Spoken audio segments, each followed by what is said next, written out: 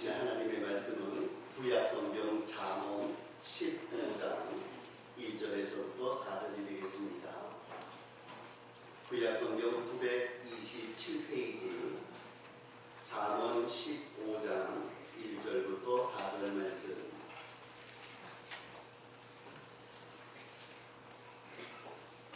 잠언 15장 1절부터 4절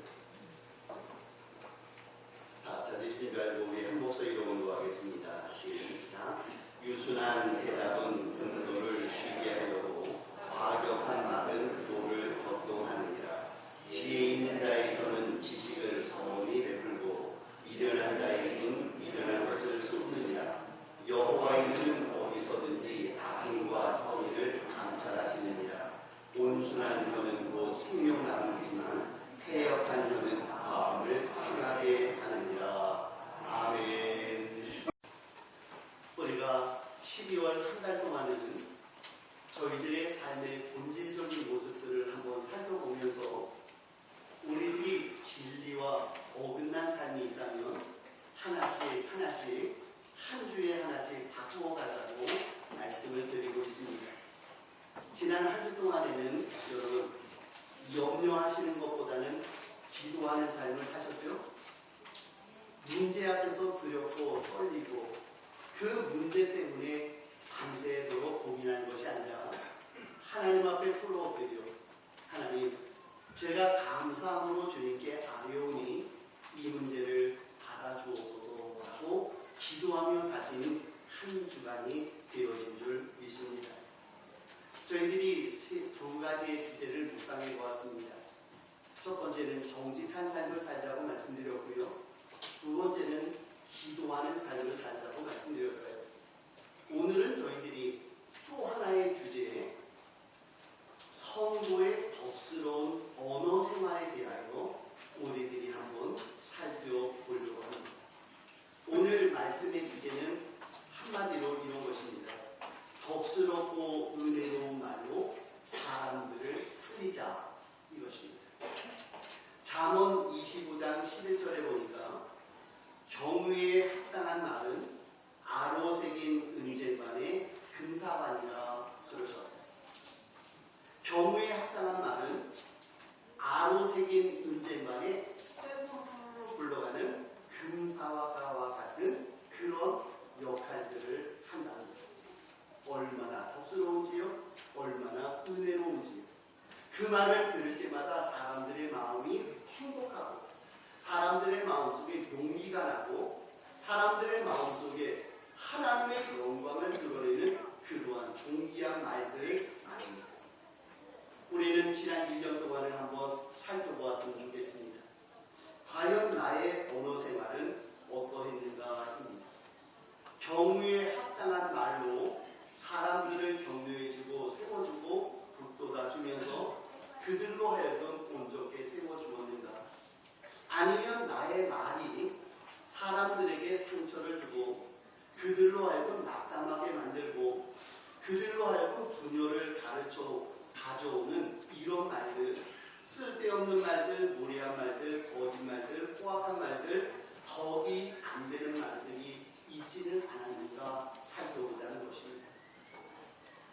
과연 우리들은 어떤 말로 세상을 살릴 수 있을까요?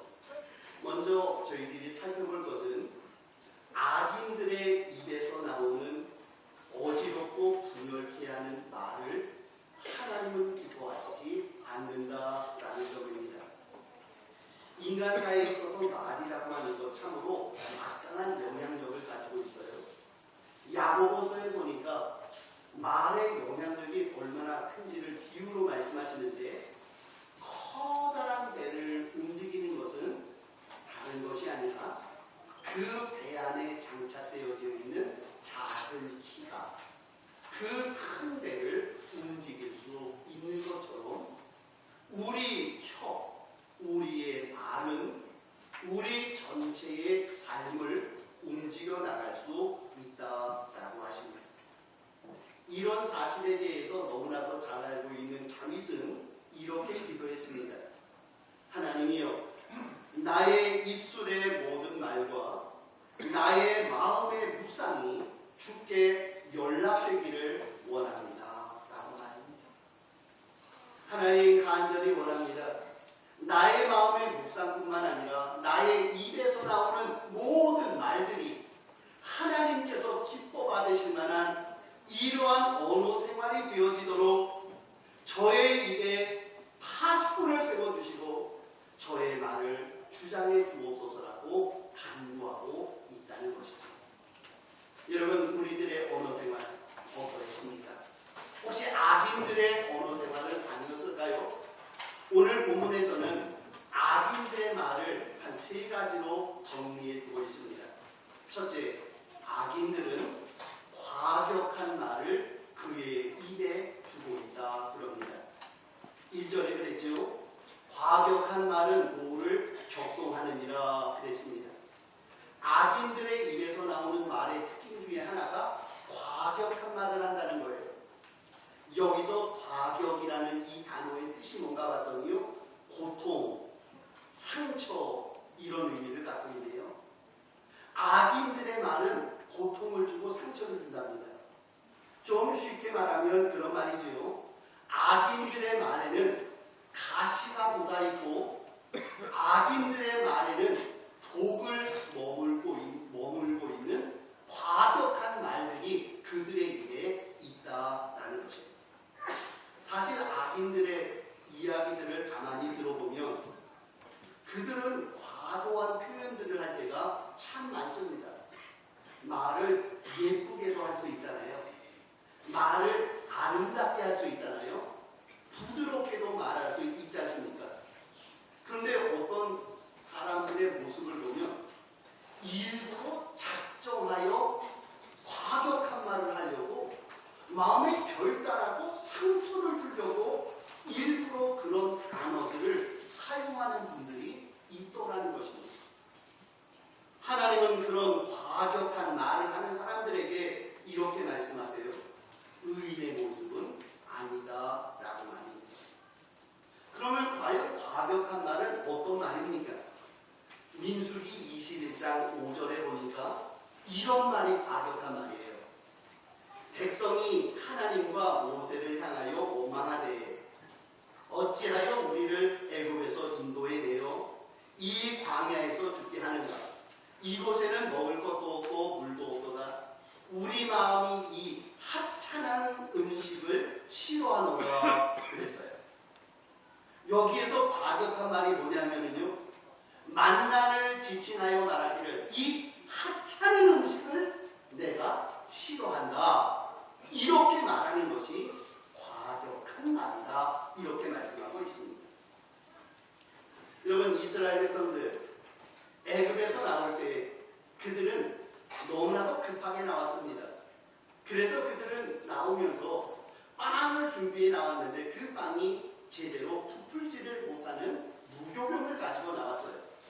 자, 그런데 그 빵을 가지고 나와서 며칠을 지나면서 그들은 생각합니다. 일주일만 걸어가면 가나안 땅에 도착하리라라고 생각을 했어요. 그러면서 그들이 걸어가는 중에 빵이 떨어졌습니다.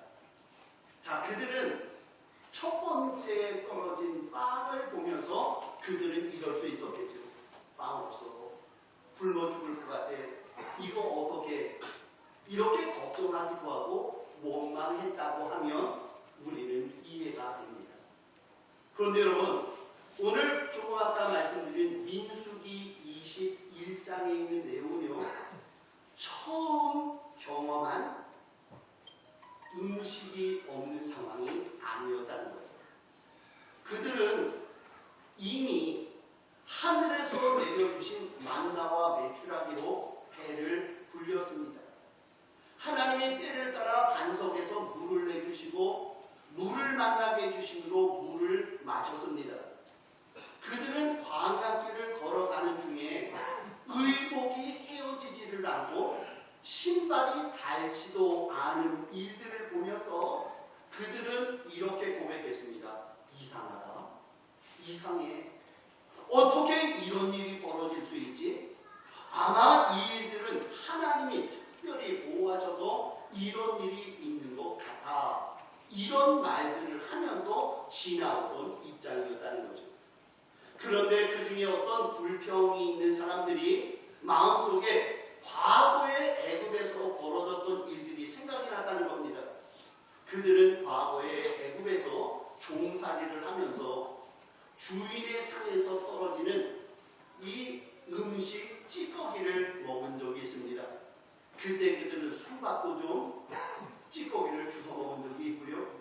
마늘도 일시키느라고 준 것 때문에 마늘 먹은 적도 있고요. 부추를 먹은 적도 있었답니다.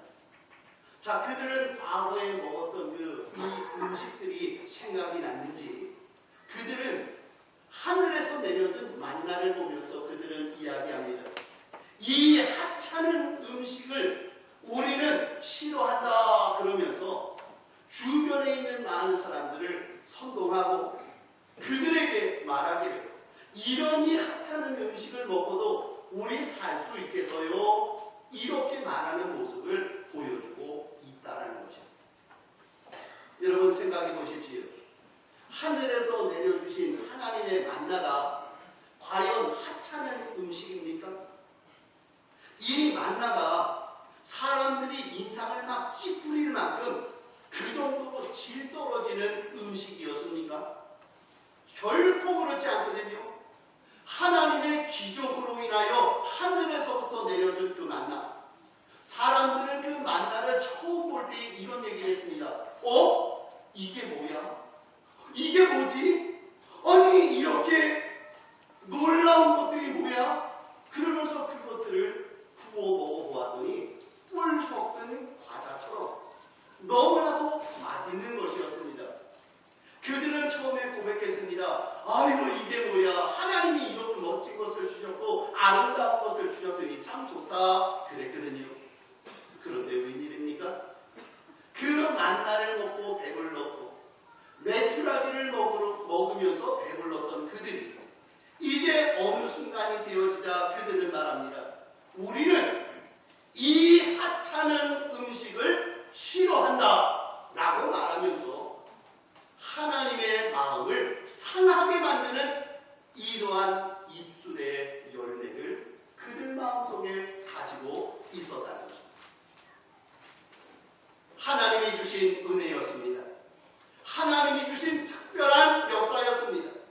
그런데 그들은 표현하기를 과격한 말로 하나님의 은혜를 업신여기면서 그 일에 대하여 망언을 베풀게 되어졌을 때에 하나님께서는 마음이 상하셨고 하나님은 그들을 광야에서 그래 너희가 하찮게 여기는 이 만나 결코 먹지 못하리라 하심으로 그들은 광야에서 만나를 먹지 못하고 죽는 이러한 일들이 일어나게 되었다는 것입니다.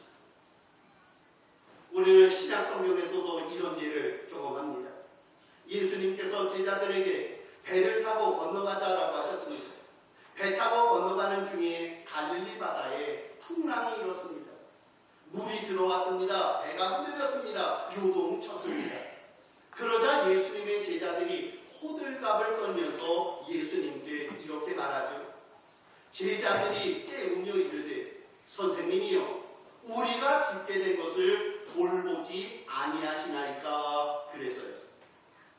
그런데 이 얘기를 조용하게 예수님 우리를 왜 안 와주세요? 우리 힘든데 그랬을까요? 어쩌면 이들은 그랬을 것 같아요. 예수님을 바로 찾지는 않았겠지만 예수님을 낳은 예수님 도대체 뭐하고 계십니까? 우리가 지금 죽게 되었는데 어찌하여 우리를 돌보지 않으십니까? 이렇게 말했을 거예요. 여러분 예수님이 주님의 제자들 안 돌보신 적이 있나요? 아니요. 신약 성경을 우리가 쭉 살펴보면 예수님께서는 제자들의 일거수 일투족을 돌아보아 주셨고 그들이 어떤 자리에 있는지를 알고 계셨고 그들의 필요한 때가 되어지면 언제든지 주님이 나서셔서 그들의 도움을 풀어주셨던 분이었습니다. 그런데 그들은 마치 옆에 있는 제자들에게 말합니다. 저 예수님 저렇게 주무시는 거 보라고. 예수님이 우리를 돌보아 주시지도 않고 우리에 대하여 관심도 갖고 계시지 않는 저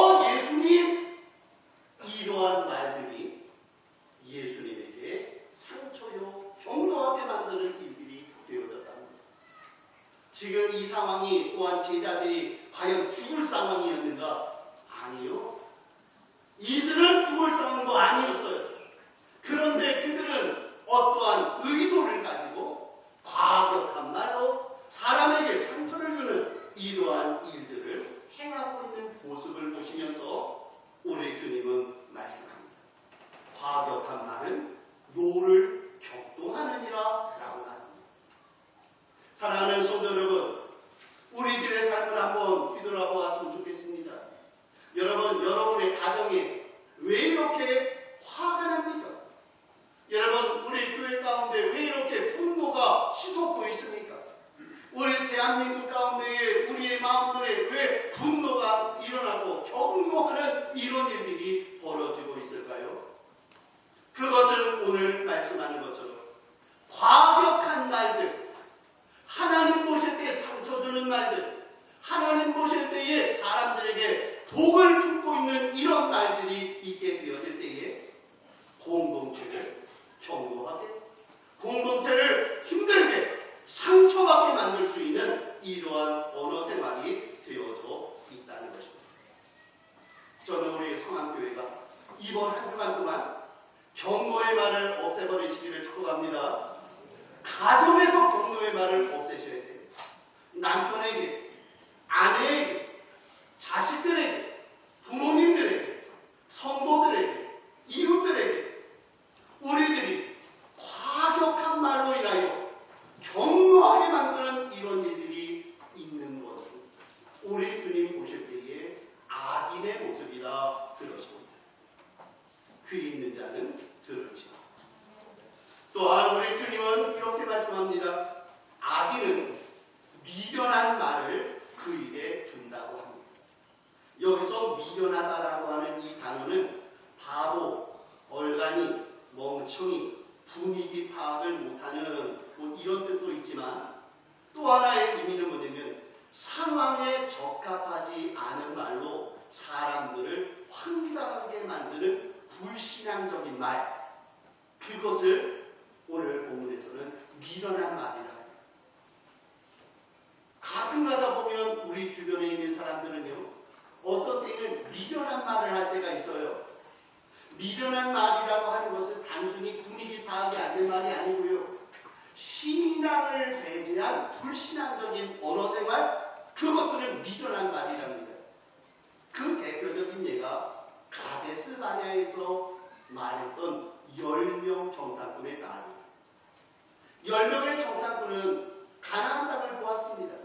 가나안 땅에서 포도송이를 보았고 무화과를 보았습니다. 그들은 놀라운 일들을 보았어요. 그런데 그들은 또한 아낙 자손도 보았습니다. 기골에 장대한 사람을 보았다는 것입니다. 그들은 이스라엘 백성에게 이렇게 말합니다. 우리는 그 땅에 올라가지 못하리라.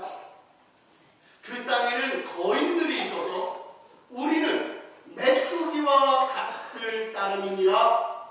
이런 지혜롭지 못한 미련한 말을 하고 있다는 것입니다. 여러분, 지혜로운 말은 2명의 정탐꾼의 말과 같은 것입니다. 우리가 비록 능력도 또 작아 보이지만 하나님이 우리와 함께 하시면 저들은 우리의 답이 될 수 있습니다. 이 말은 은혜로운 말이요, 덕스러운 말이요, 사람을 세우는 지혜로운 말이었지만, 그러나 10명 정탐꾼의 말들, 우리는 메뚜기에 불과하니 우리는 그 일을 할 수 없다라고 말하는 것은, 그것은 지혜롭지 못한 미련한 언어이다 그럽니다. 우리의 성한 성도님들, 이번 한 주간 동안 미련한 말을 날려버리시기를 축복합니다. 불신앙적인 말들을 없애버리시기를 바랍니다. 또한 오늘 본문에서는 3가지 악인의 말 중에 하나는 패역한 말이라 그랬습니다. 패역하면은 마음을 상하게 한다고 했어요. 여기서 패역이라는 단어는 부정적인, 비뚤어진, 사악한 이런 단어가 사용되어졌습니다. 어떤 사람의 말을 보면은 소름 끼칠 정도의 섬뜩한 말들이 나오는 경우들이 있어요. 사무엘상 20장 30절에 보니까 사울이라는 사람이 자기 아들에게 이렇게 말합니다. 사울이 아들 요나단에게 노를 바라고 그에게 이르되 폐역 포도의 계집의 소생아, 내가 이새의 아들을 택한 것이 내 수치와 내 어미의 벌거벗은 수치됨을 내가 어찌 알지 못하랴. 이새의 아들이 땅에 사는 동안은 너와 내 나라가 든든히 서지 못하리라 그랬어요. 원수에게 하는 얘기가 아니에요. 죄인에게 하는 얘기 아닙니다. 자기 아들에게 뭐라고 얘기를 하냐면요, 폐역 포도의 계집의 소생아, 그러면서 그 자기 아들을 쌍욕을 하면서 저주하고 있는 이러한 모습이 있는데, 성경은 그의 말을 바로 폐역한 말이라 이렇게 말씀하고 있다는 것입니다. 사랑하는 성도 여러분, 하나님께서는 우리를 이 땅에 화평케 하는 자요, 이 세상에 행복을 주는 자로, 행복자로 부르셨습니다. 그런데 우리의 오랜 생활을 가만히 비추어 보니까 오늘 주시는 이 말씀처럼 노를 격동하고 이를 그르치고 마음들을 상하게 만드는 악인의 말들이 우리 속에 있게 되어질 때에 우리가 속해 있는 이 공동체, 우리 성교회가 온전하게 바르게 설 수 없다라는 것들은 명약 관한 일들입니다. 성도들이 말을 할 때에 악한 말, 폐역한 말, 미련한 말, 이러한 말들, 가격한 말들이 우리 속에 존재하게 되어지면 이 우리 공동체는 은혜로운 공동체 될 수 없다라는 것입니다. 그러나 성경은 우리에게 희망적인 말씀을 해주고 있습니다. 하나님의 백성들은 성도다운 말로 살아야 된다고 말입니다. 과연 어떤 말이 성도다운 말입니까? 오늘 본문 1절에 이렇게 말씀하세요. 유순한 대답은 분노를 쉬게 하여도 그러셨어요. 여기서 유순이라는 단어는 뭐냐면 부드러운, 상냥한, 친절한 그런 말을 의미를 갖습니다. 유순이라는 단어는요, 좀 더 깊이 있는 얘기를 하게 되면은 사랑의 마음을 가지고 표현하는 사랑 섞인 언어, 그런 것이 바로 유순한 언어입니다. 이런 젠틀하고 나이스한 이런 말들은 어때요? 분노를 쉬게 한다 그랬죠. 그런데 여기서 재미있는 표현이 뭐냐면 분노를 쉬게 한다라는 그 쉰다라는 단어, 쉬게 한다는 단어가 그냥 조금 작게 하다, 약해지다가 아니라 여기서 쉬게 한다는 이 단어는요, 완전히 죽이다 이런 뜻이 됩니다. 그러니 무슨 말씀입니까? 의인의 유순한 대답은 끓어오르는 분노를 확 죽여버릴 수 있다. 이렇게 말씀하고 있다는 것입니다. 이해가 있더라고요. 여러분, 다윗이 나발이라고 하는 어리석은 자, 미련한 자의 말을 듣고 흥분하였습니다. 나발이 이새의 아들은 누구며 요즘 도망치는 놈들도 많다는데 그 중에 도둑놈 하나 아니냐 그래서요. 그 소리를 듣고 다윗이 화가 났습니다. 경노했습니다. 분노했습니다. 그래서 부하들에게 얘기하며 칼을 쳐라. 오늘 밤에 내가 나발의 집을 다 죽여버리지 아니하면 하나님이 내게 벌을 내리기 원한다. 그러면서 칼을 차고 나발의 집을 쑥대밭을 만들기 위해서 달려오고 있었습니다. 바로 그때에 나발의 부인 아비가일이 다윗 앞에 나와 꿇어엎드려 이렇게 말합니다. 왕이여, 진정하세요. 왕이여, 용서하세요. 제 남편의 이름이 나발이지요. 나발의 뜻이 원래 미련하다는 뜻 아닙니까? 우리 남편이 미련하게 행하였으나 왕이여, 용서해 주세요. 왕이여, 이 일에 대하여 분노를 내려놓으세요. 왕은 위대한 왕입니다.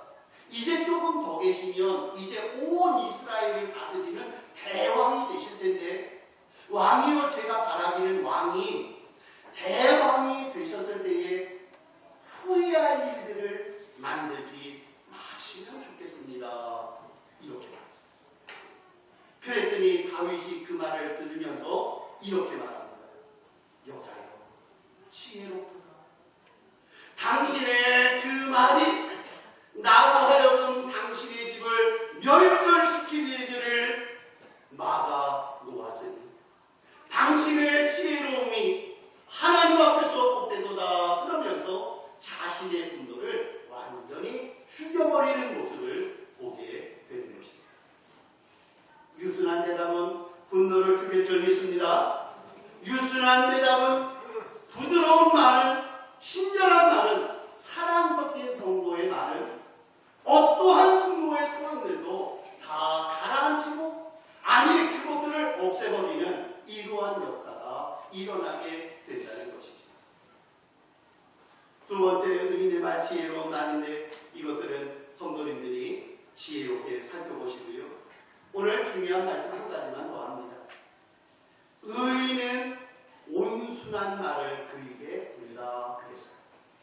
조금 아까 말씀드린 유순이라는 단어와 온순이라는 단어가 비슷하다고 보실 수가 있어요. 그런데 이 두 개는 비슷한 거 아닙니다. 유순이라는 말은 우리들이 알고 있는 부드러운, 상냥한, 친절함이라는 의미가 있는데 이제 우리들이 살펴볼 여기에 말씀하는 온순함이라는 이 단어는 어떤 뜻이냐면 치료하는, 상처를 싸매어주는 그런 뜻이 있어요. 성도들의 말은 어떠해야 되는가? 이 세상에서 상처받고 힘들고 고통받고 찢겨진 그 심령들 속에 우리들의 말을 통하여 그들의 마음이 상처가 되고 치유가 되고 그들의 마음들을 어루만져 줄 수 있는 이런 언어, 그것이 바로 오늘 말씀하는 온순한 말이라는 것입니다. 이 온순한 말의 대표적인 예가 뭐냐면 사마리아 수가성에서 벌어진 사건이었습니다. 여러분, 수가성 여인, 그는 상처가 많다는 거 아시죠? 그는 남편이 5이나 있는데 지금도 남편이 자기 남편 아닙니다. 그는 사람들에게 얘기하고 싶지 않았습니다. 그는 사람들 꼴도 보기 싫어가지고요. 그 뜨거운 정오, 그 떼약볕에 물동이 일고 와서 이고 와서 물리고 가는 상처가 많은 여인이었어요. 그런데 그 여인에게 예수님이 말씀하십니다. 여자여, 물 좀 줄래요? 여자여, 남편 좀 데려오실래요? 여자여, 이 산에서도 말고 저 산에서도 말고 하나님께 예배해야 됩니다. 이러셨어요. 놀라운 일이 벌어졌어요. 예수님이 하신 그 말로 인하여 사마리아 수가성 여인의 마음이 치료가 된 줄 믿습니다. 예수님이 그에게 뭐 장시간 얘기하신 건 아니에요. 그에게 예수님께서 부드러운 말로, 그에게 치유하는 말로 그들의 상처, 그 여인의 상처를 어루만질 수 있는 말 몇 마디를 던져주셨더니 그 사마리아 수가성 여인의 마음이 치료를 받고 위로를 받아 그는 기뻐 뛰면서 사마리아 성으로 들어가 이야기합니다. 여러분, 제가 메시아를 만나서요, 제 마음이 치료가 되었어요. 제가 온전히 되어졌습니다. 예수님 초문 때문에 제 마음이 위로되었네요라고 고백하고 있는 모습 말입니다. 예수님은 우리에게 화평케 하는 자는 복이 있나니 저가 하나님의 아들이라 일컬음을 받으리라 그러셨어요. 우리들이 화평케 하는 것이 무엇입니까? 우리들이 그들에게 얼굴만 밝은 표정으로 씩 웃어주는 거, 웃기만 하면 화평이 오나요? 오늘 저희들이 이 말씀과 비춰볼 때에 우리에게 주신 강력한 메시지는 우리들이 상처받은 그들에게 하나님이 주신 이 말씀, 유순한 말, 지혜로운 말, 치유하고 그들의 마음을 헤아려주는 이인들을 통하여 그들의 분노가 쉬게 되어지고 생명이 살려지고 지식의 선이 베풀어지는 이러한 역사가 일어나게 되어질 줄 믿습니다. 실천하셔야 합니다. 이번 한 주간 동안 우리는 우리 가정에서 포악한 말, 악한 말은 지어도 오직 우리들의 입술에서 유순하며 온순한 말로 인하여 해야 합니다. 남편에 대하여, 아내에 대하여, 자식에 대하여, 부모에 대하여 우리 성함교우들은 교회 안에서 모든 성도들을 대하면서 오늘 말씀하신 유순한 태도와 온순한 혀를 가지고 생명을 살리는 일을 행하게 될 때에 우리 성함교회가 비로소 은혜로운 교회요, 복된 교회, 건강한 교회로 세워질 줄 믿습니다. 우리의 성도님들 하나님 앞에서 의인의 입술을 가지는 복된 종들 되시기를 축복합니다.